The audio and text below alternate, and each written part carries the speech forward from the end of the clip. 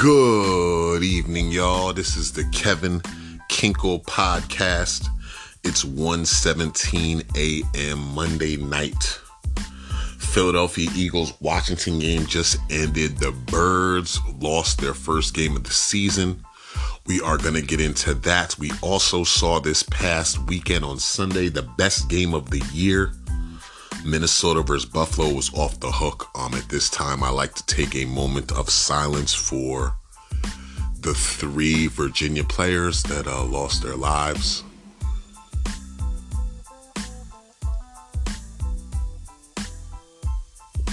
Thank you, Lord. I pray prayers of comfort and healing in these trying times. In these trying times. We can't walk on eggshells. We know there's harm and danger everywhere, but we must continue to live our lives. It's unfortunate that these brothers lost their lives. Sounds like at the hands of an ex-player. I don't know all the details, so I don't want to spread any false or wrong information. But prayers and condolences, prayers of comfort, healing. In these trying times. Tonight, the Birds lost their first game. Coach Rivera for the Redskins was very smart in implementing his plan as far as keeping Jalen Hurts and the Eagles offense off the field. Lots of running Washington was doing. Eagles running defense isn't one of the best in the league. There were some fumbles that happened, some costly turnovers, costly penalties at the end of the game. But that's neither here nor there. Washington played a better game. They look like the better team, and they beat us. The Eagles are now 8-1. Washington is 5-5. And like I said, that's the best conference or the best division in the league. The Eagles are 8-1. The Giants are 7-2. The Cowboys are 6-3. And Washington is 5-5. So that's pretty good. There could possibly be 3 teams from that division going to the playoffs if they keep it up. But yeah, Philly lost their first game. I know it's a lot of people out there that's loving to see that the Birds lost, but it's only one loss.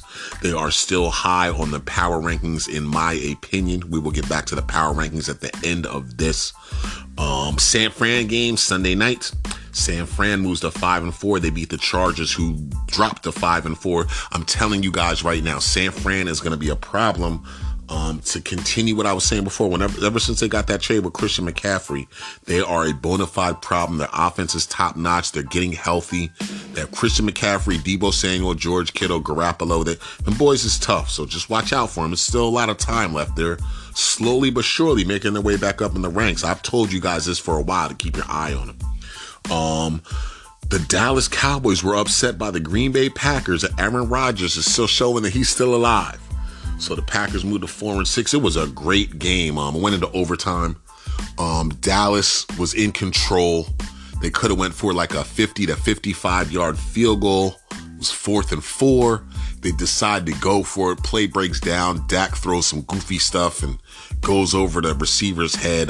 Incomplete pass. Green Bay marches down the field and they score, and they went into overtime, knocking Dallas out.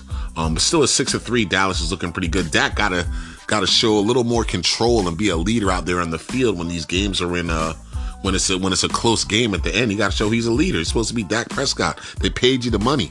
Give them what they paid for, bro. Rams versus the Arizona Cardinals. I picked the Rams as well as my father did. The Cardinals won without Kyler Murray. Backup quarterback came in there and did them justice. Jim Connor had a good game too on my fantasy team. So Arizona's 4-6. Rams dropped to 3-6. Vegas beat Indianapolis. Vegas is 2-7 now. Indianapolis is 4-5-1. Pittsburgh versus New Orleans. Pittsburgh beat New Orleans. Pittsburgh moves to 3-6.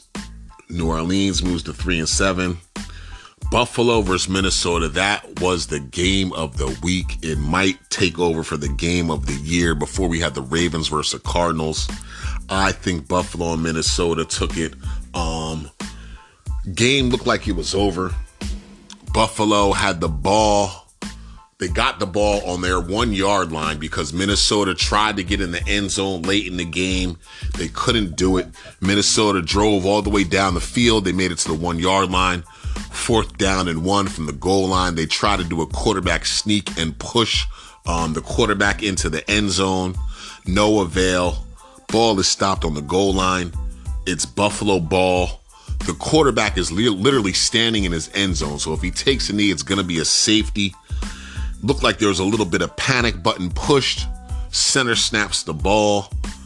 Allen tries to catch it. It looks like he closed his hands too early. Fumble. Minnesota picks it up. Minnesota goes up 3 with about a minute left. Minnesota kicks off the ball to Buffalo. Buffalo moves down the field and kicks a field goal with 2 seconds left. As they kick the field goal with 2 seconds left, the game goes into overtime.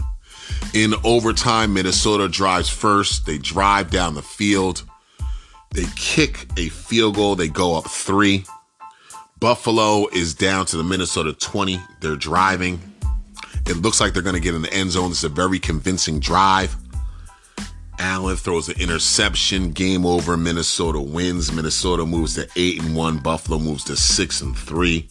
Kansas City made short work of Jacksonville. Kansas City moves to 7-2. Jacksonville moves to 3-7. Detroit over Chicago. Detroit goes to 3-6. Chicago falls to 3-7. Chicago's young quarterback is looking tough. That boy is nice. He's kind of on some Jalen Hurts time right now. The season might be lost, but he's growing and he's doing his thing and he's getting nice. So the season is not a waste as far as that quarterback is concerned. Tennessee Titans moved to 6-3, beating the Denver Broncos. Poor Russell Wilson and those Denver Broncos. They fall to 3-6. Miami moves to 7-3. As long as Tua is back there, they've been winning. That's been the consistency of the whole season for them. They beat Cleveland, who falls to 3-6. The Giants make short work of Houston. That wasn't even a game. Giants move to 7-2. Houston is 1-7-1. The Tampa Bay Bucks move to 5-5 with a win over Geno Smith and the Seattle Seahawks. Is Tom Brady back for real? Did it take him a little while to get in his groove?